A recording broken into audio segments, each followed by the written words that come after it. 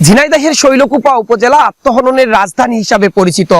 গত কয়েক মাস ধরে তা মহামারী আকার ধারণ করেছে উপজেলার ৩১২টি গ্রামেই। গত এক বছরের ব্যবধানে একই বাড়িতে আপন দুই ভাইয়ের আত্মহনন করে মৃত্যু হয়েছে। আজ বড় ভাই রাজীব তিনি গত ৩রা নভেম্বর পারিবারিক কলহের জের ধরে বিষ পান করেন। এরপর ২ দিন ঝিনাইদহ সদর হাসপাতালে থাকার পর বাড়িতে আসেন। আসার পর ৭ তারিখে আবারও অসুস্থ হয়ে পড়লে পরিবারের লোকজন ও গ্রামবাসী তাকে নিয়ে ঝিনাইদহ সদর হাসপাতালে যায়। সেখানে রাজীবের অবস্থার অবনতি হলে ডাক্তাররা দ্রুত তাকে যশোর রেফার করে। যশোরের ডাক্তাররাও তার অবস্থা বেগতিক দেখে ওই দিনই ঢাকায় রেফার করেন।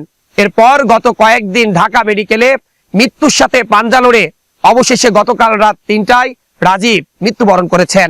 আর ঠিক ১ বছর ৮ দিন আগে, অর্থাৎ আজ থেকে ১ বছর ৮ দিন আগে রাজীবের মেজো ভাই সজীব এক চলনাময়ী নারীর প্রেমে পড়ে নিজের জীবনটাকে আত্মহুতি দিয়েছিলেন।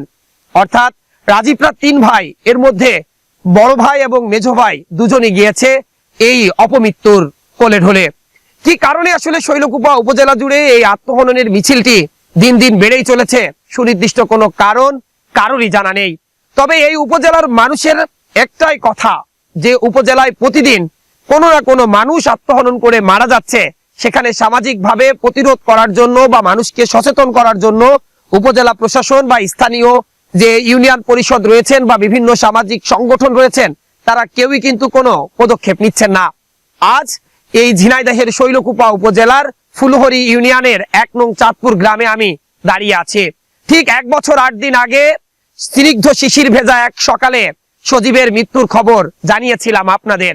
সেদিন বলেছিলাম যে মানুষ একবার হলেও প্রেমে পড়ে, আর সেই প্রেমে ব্যর্থ হয়েই কিন্তু সজীব নিজেকে আত্মহুতি দিয়েছিলেন।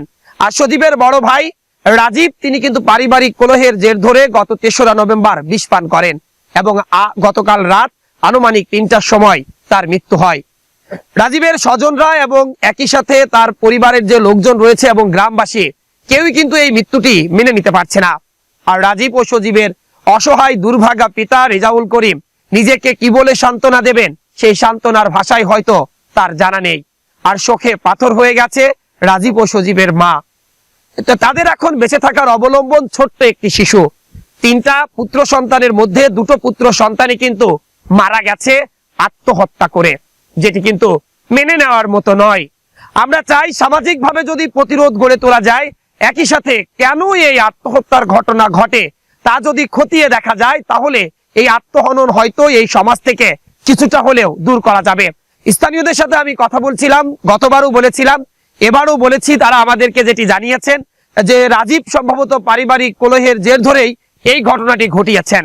এবং আমরা দেখেছি যে এর আগে মানুষ বিষ পান করার পরে 4 দিন বা 5 দিন বা 6 দিন চলে গেলে তার আর প্রাণহানি হতো না। কিন্তু নতুন যে ঘাস পোড়া ঔষধটা বাজারে এসেছে, সেই ঔষধ যদি কোনো মানুষ পারিবারিক কারণে বা সামাজিক অশান্তি বা যে কোনো কারণে যদি আত্মহননের চেষ্টা করার জন্য পান করেন, তাহলে কিন্তু তার মৃত্যু অবধারিত।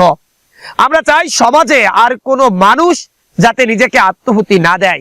এজন্য এখনই সময় ঝিনাইদহ জেলা প্রশাসক, শৈলকুপা উপজেলা প্রশাসন এবং স্থানীয় জনপ্রতিনিধি যারা আছেন, সবার সমন্বয়ে বেসরকারি সামাজিক উন্নয়ন সংস্থা যারা আছেন তাদেরকে সাথে নিয়ে অন্ততপক্ষে এই যে আত্মহনন প্রতিরোধে মানুষকে উদ্বুদ্ধ করতে হবে।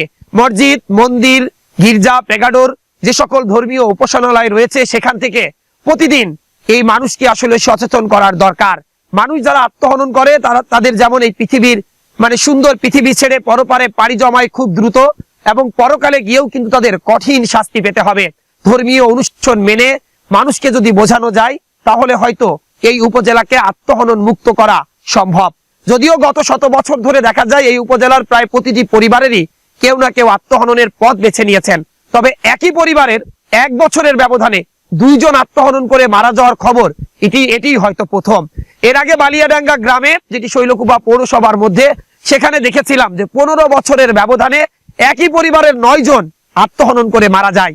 কিন্তু পরপর 2টি পুত্র সন্তান এভাবে মারা গেছে, এটি কিন্তু আসলে আর সহ্য করার মতোই না, বা এরকম ঘটনা আগে আর শৈলকুপায় ঘটেনি। আমরা চাই এরকম ঘটনা যাতে উপজেলায় আর কোথাও কখনো না ঘটুক। এজন্য এখনই সময় আমাদের সচেতন হতে হবে।